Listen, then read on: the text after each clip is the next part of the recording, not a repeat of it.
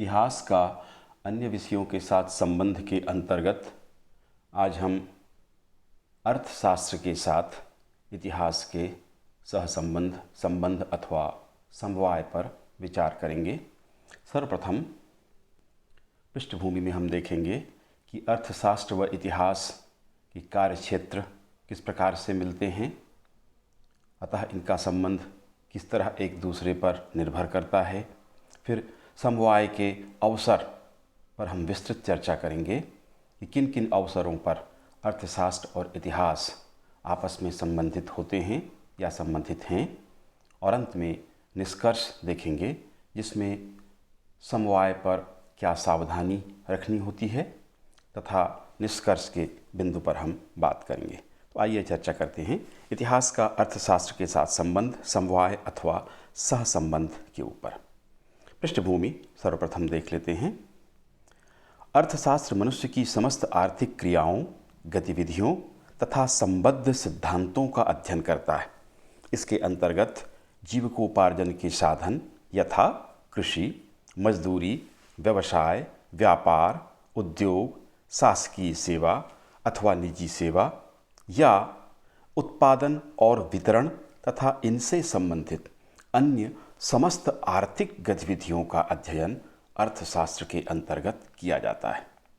Adam Smith के अनुसार अर्थशास्त्र धन का शास्त्र है, जिसमें यह बताया जाता है कि मानव धन कैसे कमाता है और उसे कहाँ और कैसे व्यय करना चाहिए। एडम स्मिथ प्रसिद्ध अर्थशास्त्री हैं। वह जीविकोपार्जन के मनुष्य के जो जीविकोपार्जन के साधन होते हैं वो किस प्रकार से होते हैं, धन कैसे अर्जित करता है और किस प्रकार से उसका व्यय करना चाहिए, इसके अध्ययन को अर्थशास्त्र का क्षेत्र बताते हैं।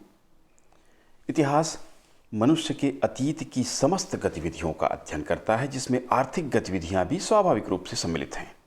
अतः इतिहास तथा अर्थशास्त्र का स्वाभाविक संबंध है। इतिहास मनुष्य की समस्त गतिविधियों का और अर्थशास्त्र आर्थिक गतिविधियों का अध्ययन करता है। स्पष्ट है कि इतिहास के अंतर्गत ही अर्थशास्त्र का अध्ययन क्षेत्र आता है। यद्यपि अर्थशास्त्र आर्थिक क्रियाओं का इतिहास की तुलना में अधिक गहराई से अध्ययन करता है, किंतु इतिहास आर्थिक गतिविधियों का सामान्य अध्ययन अवश्य करता है। इस तरह दोनों विषय परस्पर संबद्ध हैं। मनुष्य अपनी समस्त क्रियाएं जो वह करता है या गतिविधियां करता है, उसके केंद्र में अर्थ या आर्थिक दृष्टिकोण होता है। इस तरह से मनुष्य की समस्त क्रियाओं में आर्थिक क्रियाएं मूल में निहित हैं। भारतीय दर्शन के संदर्भ में जब हम चर्चा करें तो 4 पुरुषार्थों की चर्चा की जाती है। धर्म, अर्थ, काम, मोक्ष। 3 जो पुरुषार्थ हैं उनकी पूर्ति के लिए अर्थ को आवश्यक माना गया है। 3 पुरुषार्थ, शेष 3 पुरुषार्थ तभी पूर्ण होते हैं। धर्म, काम और मोक्ष जब अर्थ की व्यवस्था हो, तो अर्थ प्रधान रूप में विद्यमान है भारतीय दर्शन में भी, पुरुषार्थों में। कौटिल्य ने अर्थशास्त्र में लिखा है, अर्थ एव प्रधानम इति कौटिल्यः। अर्थ एव कहा है, अर्थ ही प्रधान है पुरुषार्थ में, ये वो भी मानते हैं। अब हम देख लेते हैं कि किस प्रकार से अर्थशास्त्र और इतिहास का सहसंबंध स्थापित होता है। सहसंबंध है अथवा समवाय के अवसर कब कब आते हैं, किन परिस्थितियों में इनको एक रहना होता है या एक होना होता है या एक दूसरे की मदद करनी होती है। अर्थ इतिहास की धुरी है। मनुष्य की समस्त गतिविधियां अर्थ के इर्द गिर्द घूमती हैं, तो इतिहास के केंद्र में भी अर्थ या अर्थ का अध्ययन करने के कारण अर्थशास्त्र है। दूसरा, इतिहास की समझ अथवा व्याख्या में सामान्य आर्थिक नियमों की भूमिका होती है।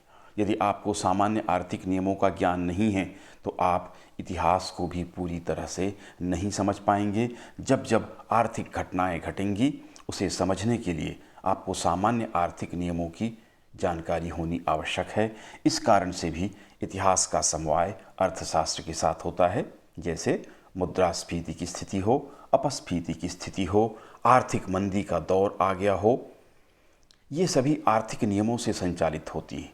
इनकी समझ और व्याख्या के लिए आर्थिक नियमों की जानकारी आपको होनी होती है और इसके लिए आपको अर्थशास्त्र के पास जाना होता है। आर्थिक स्थिति की व्याख्या हेतु समवाय की आवश्यकता होती है।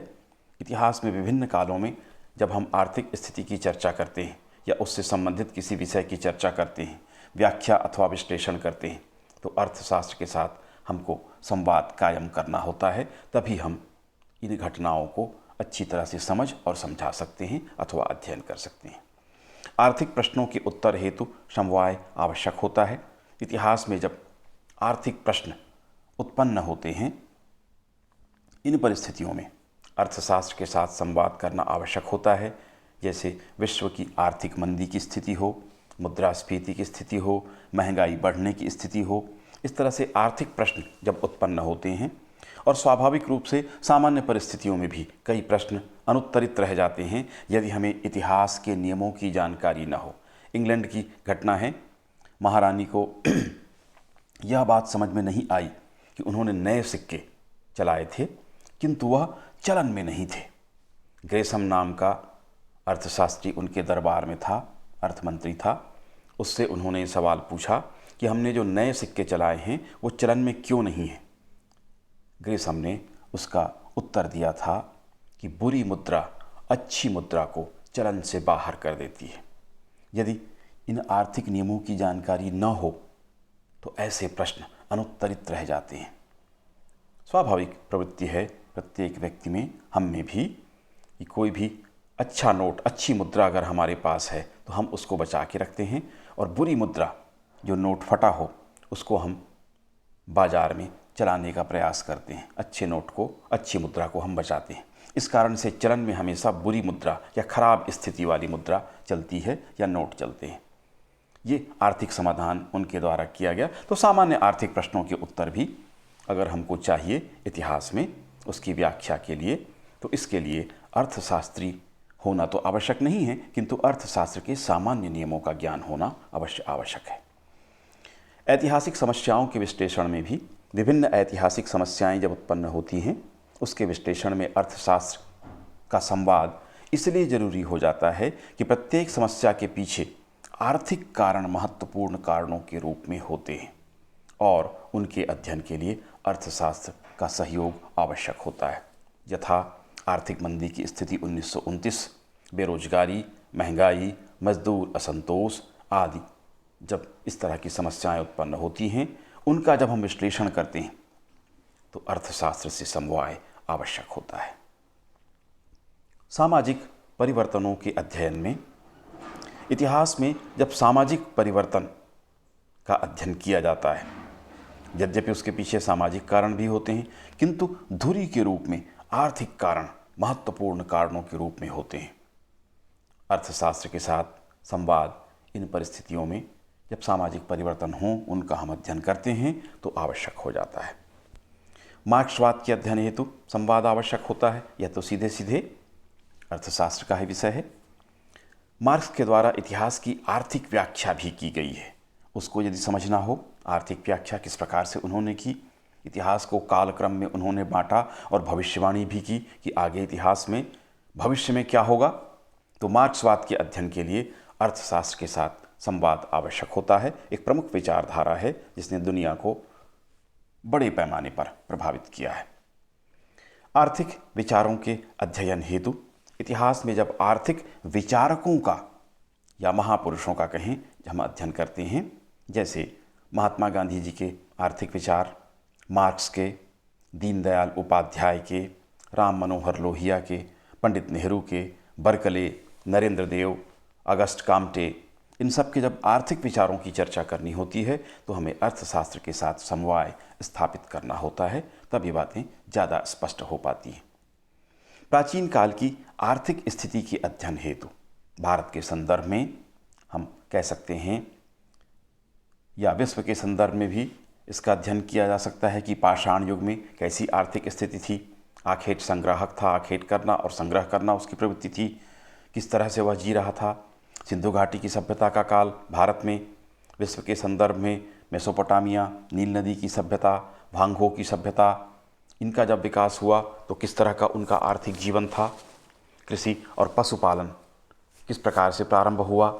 आर्यों के काल में, पूर्व वैदिक और उत्तर वैदिक काल में कृषि और पशुपालन अर्थव्यवस्था के केंद्र में रहा। ग्रामीण जीवन उन्होंने जिया।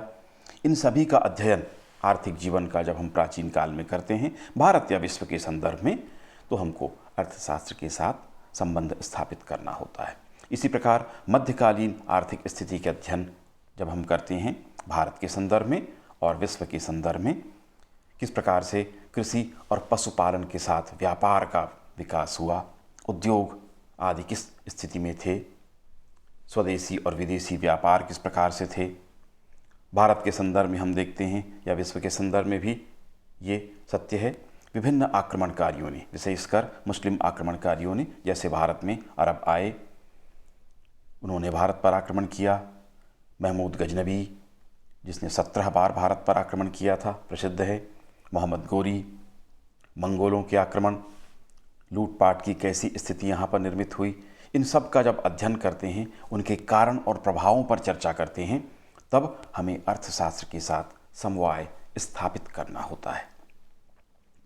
उपनिवेश काल की आर्थिक स्थिति का जब हम अध्ययन करते हैं, किस प्रकार से पूरे विश्व पर यूरोपीय देशों ने, जिनमें पुर्तगाल, स्पेन, डच लोग, हॉलैंड के, फ्रेंच, फ्रांस से, अंग्रेज, इंग्लैंड से, इन लोगों ने, इन देश के लोगों ने किस प्रकार से उपनिवेशों की स्थापना की। व्यापार के आड़ में उन्होंने आर्थिक गतिविधियां शुरू की और उसके बाद राजनीतिक अधिकार भी किस प्रकार से स्थापित किया। जब इनका हमको गहन अध्ययन करना होता है तो अर्थशास्त्र के साथ समवाय स्थापित करना आवश्यक होता है। आर्थिक विकास के अध्ययन हेतु किसी भी देश के आर्थिक विकास की स्थितियों का अध्ययन करते हैं कि किस प्रकार से आर्थिक विकास संभव हुआ, चाहे वह पश्चिम यूरोप का हो, अमेरिका का हो, यूएसएसआर का हो, चीन जापान का हो, या विकासशील देशों की स्थिति हो, किस प्रकार से वो आगे बढ़ रहे हैं या आगे बढ़े, अविकसित किस प्रकार से देश रह गए, उनकी स्थितियाँ, इन स्थितियों के लिए कौन सी परिस्थितियाँ जिम्मेदार थीं, इन सब पर जब हम चर्चा करते हैं इतिहास में, तो अर्थशास्त्र के साथ हमें समवाय स्थापित करना होता है। औद्योगिकरण के इतिहास के लिए किस प्रकार से औद्योगिक क्रांति सर्वप्रथम इंग्लैंड में घटित हुई, क्यों इंग्लैंड में हुई, और उसके बाद यूरोप का किस प्रकार से औद्योगिकरण हुआ और उसका अनुसरण किस प्रकार से पूरे विश्व ने किया, ये यदि हमें समझना है, उनके कारण प्रभाव क्या थे, किस तरह की समस्याएं उत्पन्न हुई, इन सब के लिए अर्थशास्त्र के साथ समवाय इतिहास स्थापित करता है। इसी प्रकार आधुनिकीकरण के इतिहास की जब हम चर्चा करते हैं कि विश्व का आधुनिकीकरण किस प्रकार से हुआ, पश्चिम यूरोप का, अमेरिका का, जापान का, और उसके बाद क्रमशः विश्व के अन्य देशों का, इसके अध्ययन के लिए भी इतिहास को अर्थशास्त्र के साथ समवाय स्थापित करना होता है। किसी भी ऐतिहासिक घटना के आर्थिक कारणों के अध्ययन हेतु हमें अर्थशास्त्र के साथ समवाय स्थापित करना होता है, क्योंकि प्रत्येक घटित होने वाली घटना के पीछे आर्थिक कारण हमेशा महत्वपूर्ण होते हैं। चाहे कोई भी क्रांति हो, फ्रांस की क्रांति हो, अमेरिका की क्रांति की स्थिति हो, भारत में 1857 की क्रांति हो या राष्ट्रीय आंदोलन हो, इन सभी बड़ी ऐतिहासिक घटनाओं के पीछे ऐतिहासिक कारणों का जब हम अध्ययन करते हैं तो आर्थिक कारण महत्वपूर्ण कारणों के रूप में हमारे समक्ष आते हैं। इस अध्ययन हेतु अर्थशास्त्र के साथ इतिहास को समवाय स्थापित करना होता है। बाजार व्यवस्था का जब हम अध्ययन इतिहास में करते हैं, उदाहरण के लिए अलाउद्दीन खिलजी की बाजार व्यवस्था जो इतिहास में प्रसिद्ध है, अन्य राजाओं के द्वारा भी विश्व में बाजार की कैसी स्थिति, आधुनिक बाजार किस प्रकार के हैं, कैसे उनमें बड़े परिवर्तन आए हैं, परिवर्तन किस तरह से हुए, इन सब का अध्ययन करने के लिए जब इतिहास में इसकी बात होती है तो अर्थशास्त्र के साथ समवाय स्थापित होता है। मुक्त व्यापार का इतिहास यदि हम जानना चाहते हैं, किस प्रकार से यह शुरू हुआ, उसके क्या कारण थे, कौन प्रमुख आर्थिक विचारक थे, किस तरह से मुक्त व्यापार आगे बढ़ा, उसमें क्या बाधाएं आईं, किन देशों ने इनका नेतृत्व किया। इतिहास में जब इनका अध्ययन हम करते हैं तो अर्थशास्त्र के साथ समवाय स्थापित करना होता है। कृषि अथवा कृषकों के इतिहास की जब हम चर्चा करते हैं तब भी हमें अर्थशास्त्र के साथ संवाद कायम करना होता है। किस प्रकार से कृषि का विकास हुआ, नई तकनीकें किस प्रकार से आईं, क्या बाधाएं थीं, राजस्व की क्या समस्या थी, कृषकों के आंदोलन कैसे हुए और किस प्रकार से कृषि नीति में सरकारों ने अपना विकास किया और कृषि आज तक इस स्थिति में कैसे पहुंची। इन सब के लिए अर्थशास्त्र के साथ समवाय स्थापित किया जाता है। श्रमिक इतिहास के अध्ययन हेतु भी कि किस प्रकार से मजदूरों ने आंदोलन किया, औद्योगिक क्रांति के बाद उनकी स्थितियां कैसी थीं, किस तरह की विपरीत परिस्थितियों में उन्हें कार्य करना पड़ा, फिर धीरे धीरे उनका सुधार किस प्रकार से हुआ, उनकी मांगें चली, आंदोलन चला, सरकारों ने ध्यान दिया और किस प्रकार से उनकी समस्याएं दूर हुईं, ट्रेड यूनियन बने। इन सब का अध्ययन जब हम करते हैं तो अर्थशास्त्र के साथ हमें संवाद कायम करना होता है। आर्थिक विचारधाराओं के विकास के अध्ययन हेतु यथा पूंजीवाद का विकास किस प्रकार से हुआ, पूरे विश्व में यह छा गया, उसके विपरीत साम्यवाद, समाजवादी विचारधारा किस प्रकार से चली, मध्यकाल के पश्चात आधुनिक काल के प्रारंभ होते होते वाणिज्यवाद का विकास किस प्रकार से हुआ, जिसको हम राज्यवाद कहते हैं, और किस प्रकार से वाणिज्यवाद का पतन हुआ, क्यों हुआ। इस तरह की आर्थिक विचारधाराओं का जब हमें अध्ययन इतिहास में करना होता है, उनके प्रभावों को, उनके किस प्रकार से उसका विकास हुआ, उसका अध्ययन करना होता है, तो अर्थशास्त्र के साथ समवाय स्थापित करना होता है। श्रेणियों, व्यापारी संघों, व्यापारिक कंपनियां जो बड़ी बड़ी स्थापित हुईं, उनका इतिहास जब हम जानने का प्रयास करते हैं तो भी हमें अर्थशास्त्र के साथ समवाय स्थापित करना होता है। भारत में हम देखते हैं प्राचीन काल में व्यापारिक श्रेणियां कायम हुई थीं, व्यापारी संघ बने थे। आधुनिक काल में बड़ी बड़ी कंपनियां जैसे ईस्ट इंडिया कंपनी, इसी कंपनी ने भारत में अपना शासन कायम किया था और बाद में ब्रिटिश राज यहाँ पर स्वीकार किया गया। जब भी इनका अध्ययन करना होता है तब हमें अर्थशास्त्र के साथ संवाद कायम करना होता है। बैंकिंग प्रणाली का यदि हम अध्ययन करना चाहते हैं, ऐतिहासिक अध्ययन, तब भी अर्थशास्त्र के साथ हमको समवाय स्थापित करना होता है। किस प्रकार से बैंकिंग प्रणाली की आवश्यकता जनता को महसूस हुई, सरकारों ने इसके लिए प्रयास किए, निजी कंपनियों ने बैंकिंग प्रणाली का किस तरह से विकास किया। अब वर्तमान में तो बहुत विकसित स्थिति में है बैंकिंग प्रणाली, तो इनका किस प्रकार से विकास हुआ, प्राचीन काल में किस तरह से बैंकिंग प्रणाली दूसरे रूपों में थी। इन सब को जानने के लिए अर्थशास्त्र के साथ सहसंबंध स्थापित किया जाता है। आर्थिक स्थितियों की जब भी तुलना की जाए, किसी भी देश, किसी भी सम्राट, राजा अथवा क्षेत्रों के आर्थिक स्थिति, आर्थिक व्यवस्था, अर्थव्यवस्था पर जब चर्चा करनी हो, तुलना करनी हो, इस अवसर पर भी हमें अर्थशास्त्र के साथ संवाद कायम करना होता है। इतिहास में जब भी हम संख्यात्मक सूचना या आर्थिक आंकड़े देना चाहते हैं, इन परिस्थितियों में भी हमको अर्थशास्त्र के पास आंकड़े प्राप्त करने के लिए जाना होता है। संख्यात्मक जानकारियाँ हमें उससे प्राप्त होती हैं। तो इस तरह से भी हमें इतिहास और अर्थशास्त्र का समवाय देखने को मिलता है। भू राजस्व व्यवस्था के अध्ययन हेतु इतिहास में जब भी किसी राज्य, किसी देश या क्षेत्र में किस प्रकार की भू राजस्व व्यवस्था थी, राजस्व प्राप्त करने का कर की कैसी व्यवस्था थी, इसको जब हम देखना चाहते हैं तो भी हमें अर्थशास्त्र के साथ समवाय स्थापित करना होता है। व्यावसायिक इतिहास के अध्ययन हेतु वर्तमान में इसका काफ़ी प्रचलन है। प्रत्येक देश अपना व्यावसायिक इतिहास लिखता है, इसकी परंपरा वर्तमान में अधिक चलती है। इसका भी जब अध्ययन हम करते हैं तो अर्थशास्त्र के साथ सहसंबंध अथवा समवाय हमें स्थापित करना होता है। तब इनकी पूरी स्थितियाँ व्यवसाय की किस प्रकार से ये प्रारंभ हुआ, किस तरह विकसित हुआ, अब तक हम पहुँचे, यहाँ तक पहुँचे, इसकी जानकारी के लिए अर्थशास्त्र के साथ संबंध स्थापित करना होता है। अंत में हम देख लेते हैं निष्कर्ष। समवाय में हमें सावधानी रखनी होती है।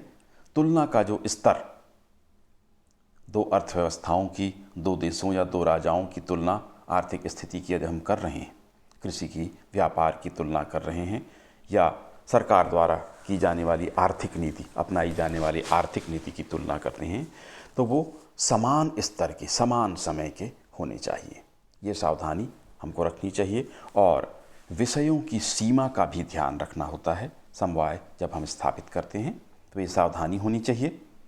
इतिहास के केंद्रीय विषय के रूप में अर्थशास्त्र की स्थिति है, धुरी के रूप में अर्थशास्त्र है, क्योंकि हमने पूर्व में भी चर्चा की कि इतिहास समस्त मानव गतिविधियों का और मानव गतिविधियों के अतिरिक्त अन्य गतिविधियों का भी जो प्राकृतिक हो सकती हैं उनका भी अध्ययन इतिहास करता है, विस्तृत अध्ययन करता है, विस्तार अधिक है।